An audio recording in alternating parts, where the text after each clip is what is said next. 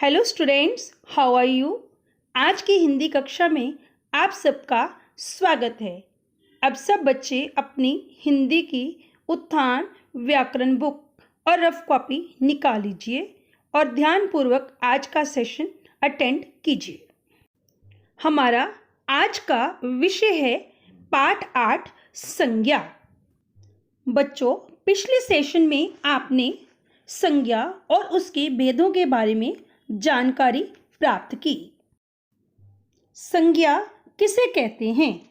किसी व्यक्ति, स्थान, वस्तु, जाति, गुण या भाव का बोध कराने वाले शब्द को क्या कहते हैं?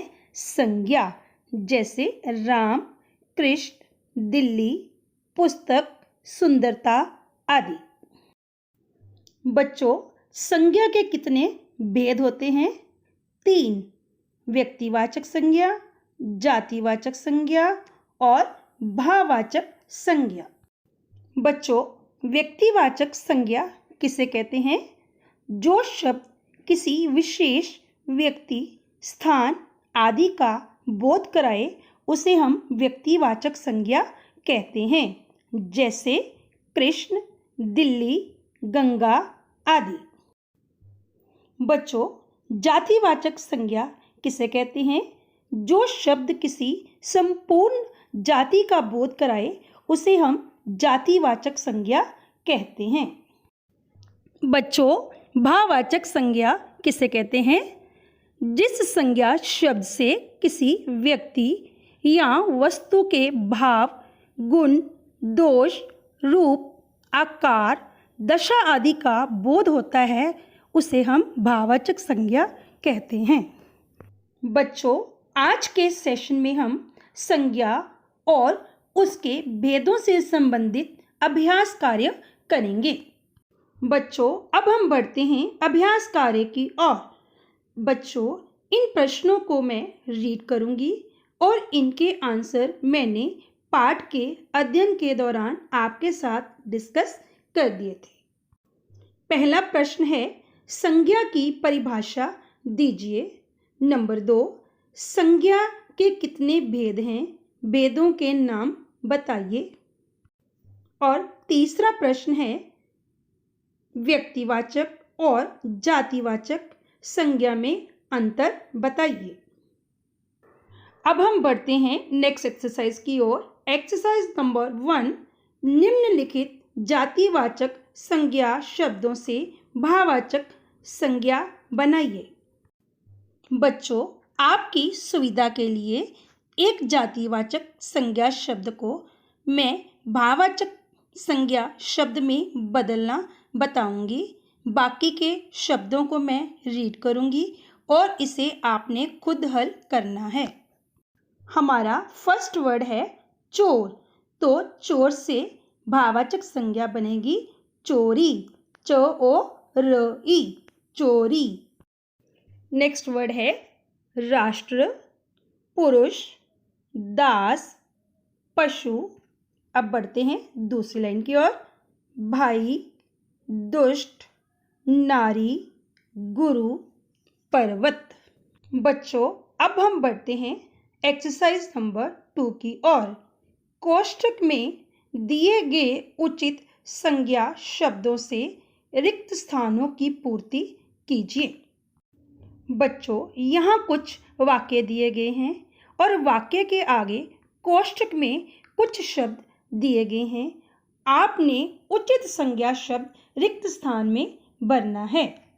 बच्चों, आपकी सुविधा के लिए एक वाक्य में आपको हल करना बताऊंगी। बाकी के वाक्यों की मैं रीडिंग करूंगी। हमारा पहला वाक्य है, परिश्रम डैश की कुंजी है। तो बेटा, यहाँ पर कौन सा शब्द आएगा? सफलता, स फ ल त आ। नेक्स्ट वाक्य है, रावण डैश राक्षस था।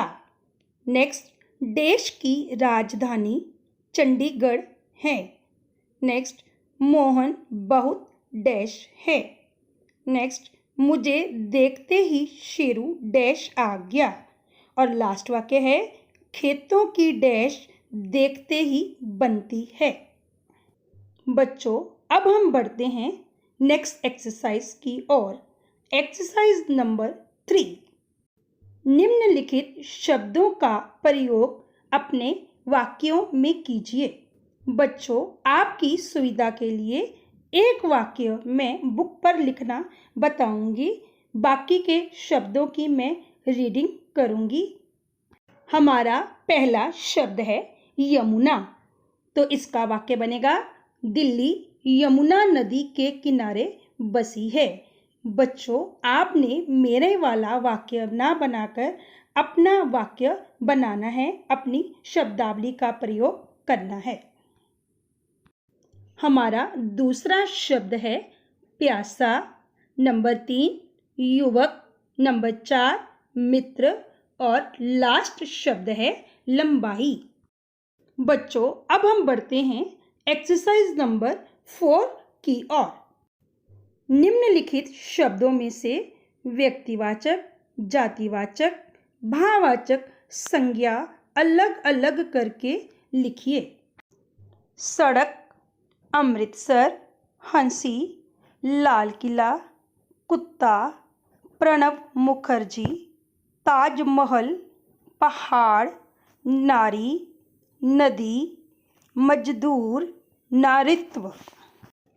बच्चों, इन शब्दों को आपने जो शब्द व्यक्तिवाचक संज्ञा के हैं उसको व्यक्तिवाचक संज्ञा के नीचे लिखो, जो जातिवाचक संज्ञा के हैं उनको जातिवाचक, और जो भाववाचक संज्ञा के शब्द हैं उन्हें भाववाचक संज्ञा शब्दों के नीचे लिखना है। बच्चों, आपकी सुविधा के लिए एक व्यक्तिवाचक संज्ञा, एक जातिवाचक संज्ञा और एक भाववाचक संज्ञा शब्द मैं आपको बुक पर लिखना बताऊंगी, बाकी के शब्द आपने छांटकर खुद लिखने हैं। व्यक्तिवाचक संज्ञा के नीचे अमृतसर, जातिवाचक संज्ञा के नीचे हम लिखेंगे पहाड़ और भाववाचक संज्ञा के नीचे हम लिखेंगे हंसी। बच्चों, मुझे आशा है कि मेरे द्वारा पढ़ाया गया संज्ञा पाठ आपको अच्छी तरह समझ आ गया होगा। अब सब बच्चों ने अभ्यास कार्य सुंदर सुंदर बुक पर करना है और इस पाठ की दोहराई करनी है। धन्यवाद। Good bye.